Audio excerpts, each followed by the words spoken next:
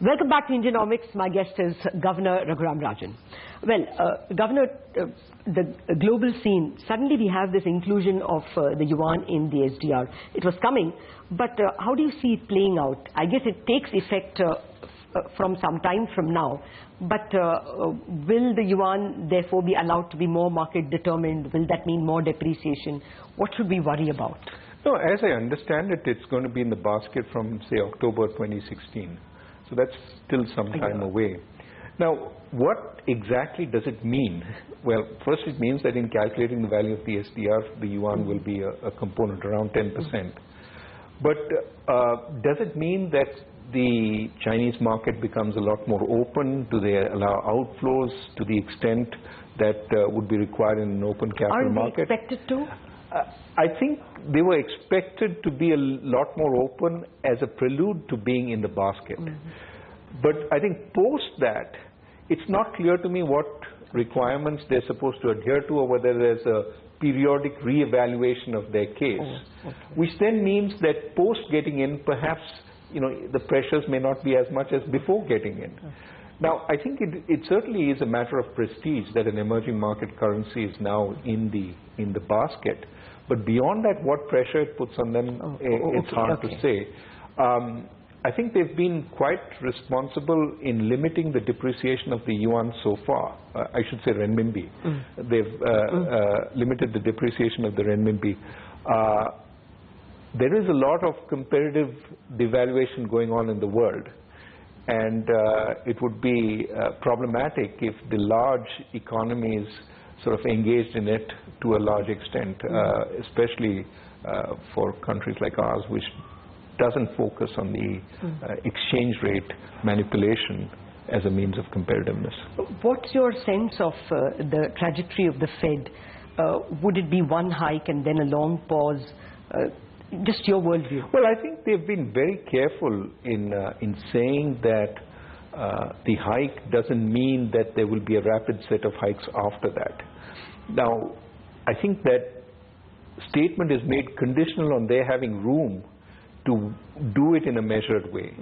Because if it turns out that wages start increasing quite rapidly because they're close to full employment, it's not clear they will have the room to go at a measured pace. But the intent, again and again, that has been stated is that they will go at a very measured pace. Okay. There'll be, if time permitting, I'll come back to the global questions. But just one point on global growth. Every year we start at well above 3.5% and it gets scaled down. How does 2016 look to you? Another anemic year? Well, I think when we start accepting that it's going to be anemic, that's when it's going to surprise us and do better, right? But really, I don't think anybody understands why it's taken so long and why it's so slow. Of course, the words bandied around are debt overhang, deleveraging, but also people are looking at the fact that we have very low productivity growth, and we had that even before the Great Recession. So some argue that it is a continuation of that low productivity growth. We masked it by enhancing demand for a little while through, drugs like debt. But now that we can't, we have to lay off the drugs, how do we actually continue growing at a reasonable pace? And I think that's what the world is looking for, which is why visitors here come and say, you have no problems. You've got plenty of growth. Yeah, somebody called us the holy grail of growth. Dr. Rajan, the big takeaway from the monetary policy statement was not really monetary policy, but this date you gave us, that by March 2017 you want bank balance sheets cleaned up. What did you mean by that? You have a number in mind, like stressed assets should be 5%, 3%? No. Look, I think nobody can tell you the pace at which we will set assets right and so on. But certainly we can provision enough for assets that are stressed over time. That's the regulatory sort of approach. What I think you want to look at is the whole approach that the government and the RBI have been taking to cleaning up the bank balance sheets. It's sort of, first, let's fix the governance so that administration becomes easier in the banks. Second, let's enhance bank powers so that they can actually take some of the actions that are needed to take. Third, let them recognize the problems, bring the stakeholders to the table and deal with that. And fourth, there should be enough capital to bolster their balance sheets in case they have to recognize provisions while doing all this. So this is the package that we are trying to roll out. Yes. The first aspect, increasing governance, is underway. The second aspect, giving powers, is largely done. Of course, bankruptcy code, if and when it, when it comes through Parliament, will be a major enhancement, but it will take its course. The third, which is recognition, is also now underway. And then the fourth is capital, which the government certainly has provided some. Banks will raise some on their own. No, but why did you put that date? Is there something you're working towards? That date came out of nowhere. Did you think through, or you have a timetable? Absolutely. I mean, what we're trying to do is work on this, on the bank balance sheets with the banks, so that we have a finite period over which the bank balance sheets are either set the asset back on track or finish provisioning for it, such that it doesn't matter which way it goes. You're going to give such a mandate to the banks? We are in discussion with the banks. Okay, so we should expect new provisioning standards.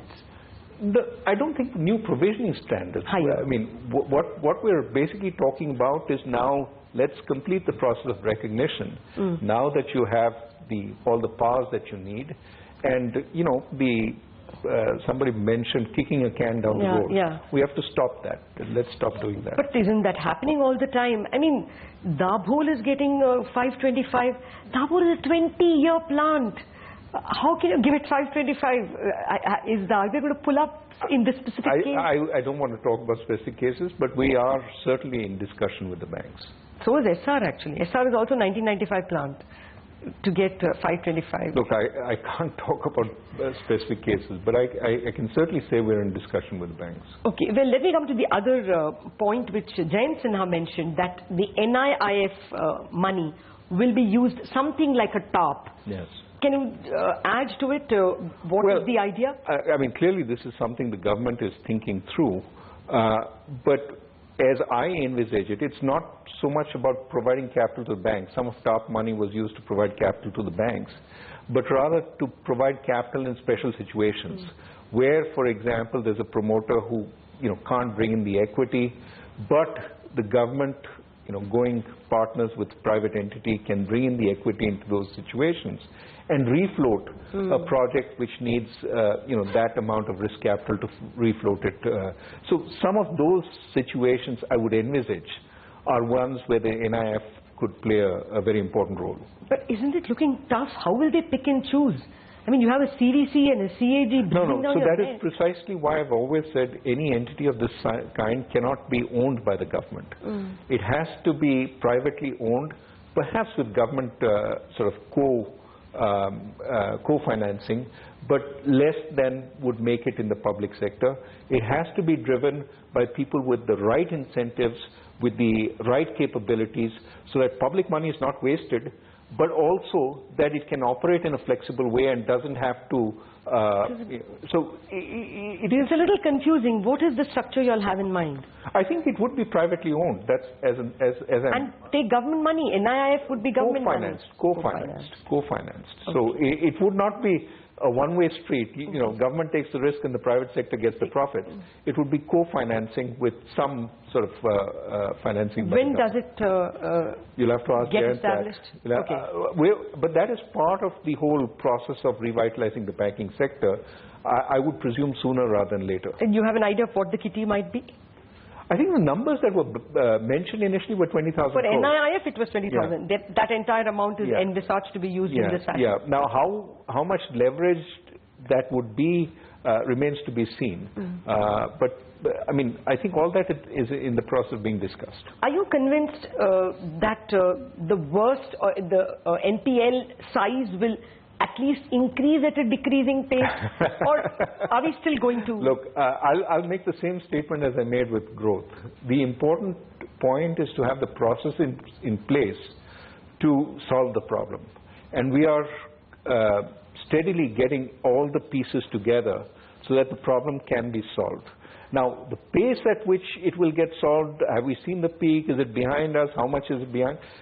I've always said it's hard to tell, and we'll only know a year or two. You are in a better from position to say it than anyone else. I mean, Dollar, you'll have the Krilik with you. You have the SMAs. But remember, the world is a moving object. That things are changing all the time. I mean, did you see the extent of overcapacity in steel a year ago?